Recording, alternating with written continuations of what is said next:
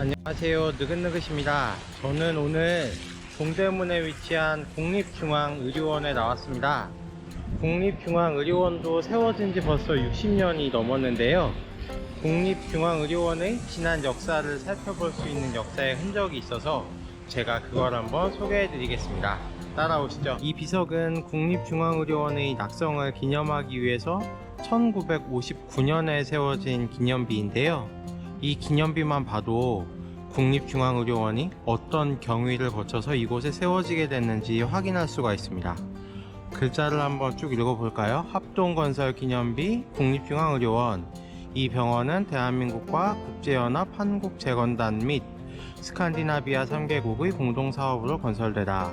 그래서 설계는 1956년에 시작이 돼서 준공이 1958년, 당시 수용 가능한 환자 수가 465개고 낙성 시기 1958년 10월 2일에 개최됐다고 나와 있네요. 그래서 관계자로 이렇게 당시 대한민국의 대통령이었던 이승만 박사, 보건사회부 장관이었던 손창원 박사, 국제연합 한국재건단을 대표해서 이스트우드 장군, 덴마크, 노르웨이, 스웨덴의 관계자들 이름이 올라와 있는 걸 확인할 수 있습니다. 비석을 볼 때는 항상 뒷면을 같이 봐줘야 되는데, 뒷면의 내용은 앞에 한글로 적혀 있는 게 영문으로 쭉 기록이 되어 있는 걸 볼 수가 있습니다.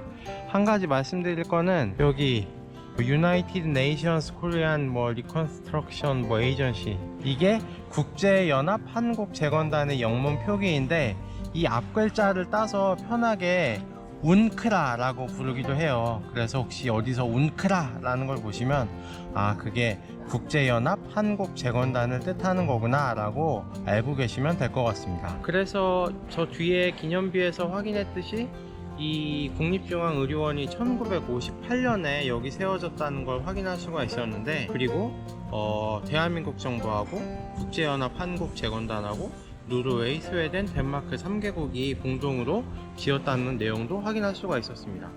대한민국 정부야 당연히 관계자에 포함이 될 테고, 국제연합 한국재건단이야 전후 피해 복구를 위해서 지원을 해주고 있는 상황이니까 관계자에 들어가 있는 게 이해는 되는데, 뜬금없이 덴마크, 스웨덴, 노르웨이, 스칸디나비아 반도 3개국에 위치한 나라들이 비석에 올라와 있는 게 조금 이상하지 않으신가요? 그 경위에 대해서 좀 말씀을 드리면, 저 세 개 나라가 한국전쟁 당시에 의료 지원을 하게 됩니다. 그래서 덴마크 같은 경우에는 의료선을 보내서 지원을 하게 되고, 스웨덴 같은 경우는 적십자대를 파견을 해서 부산에서 적십자 병원을 운영하고, 노르웨이 같은 경우도 의료대를 파견해서 그 야전병원을 운영을 하면서 이 3개국이 한국전쟁 내내 정말 물심양면으로 의료 지원을 하게 되거든요. 덴마크의 의료 지원선이 대한민국에 도착했을 당시에 이승만 대통령이 그 덴마크 관계자에게 계속적인 의료 지원이 가능할 수는 없겠냐고 의사타진을 하게 됩니다.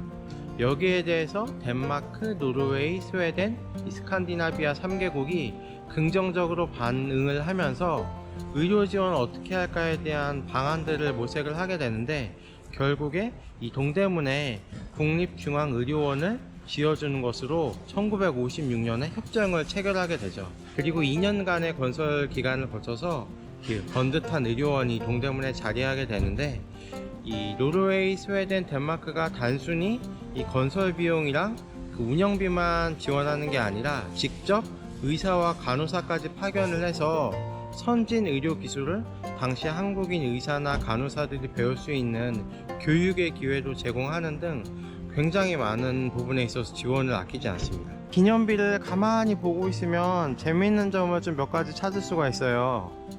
하단에 보면 당시 관계자들의 이름이 적혀 있는데요, 여기 당시 한국 대통령이었던 이승만 박사와 보건사회부 장관이었던 손장원 박사의 이름이 적혀 있는데, 혹시 특이한 점 하나 못 찾으셨는지 모르겠네요. 바로 다른 분들의 이름과는 달리 이승만 대통령의 이름만 유독 커요. 밑에 비교해 보시면 이 밑에 손창원 당시 보사부 장관하고 글씨 크기를 비교해 봐도 이름도 확실히 크고 박사라는 타이틀도 훨씬 크게 적혀 있는 걸 확인할 수가 있습니다. 그래서 생각해 보건대 대통령을 모시려면 저런 디테일까지 잘 챙겨야 되는구나. 이 비석을 만든 사람은 저렇게 세심한 디테일까지 챙겨서 칭찬을 받았을까요? 아니면 저걸 안 챙겼으면 불호령이 떨어졌을까요?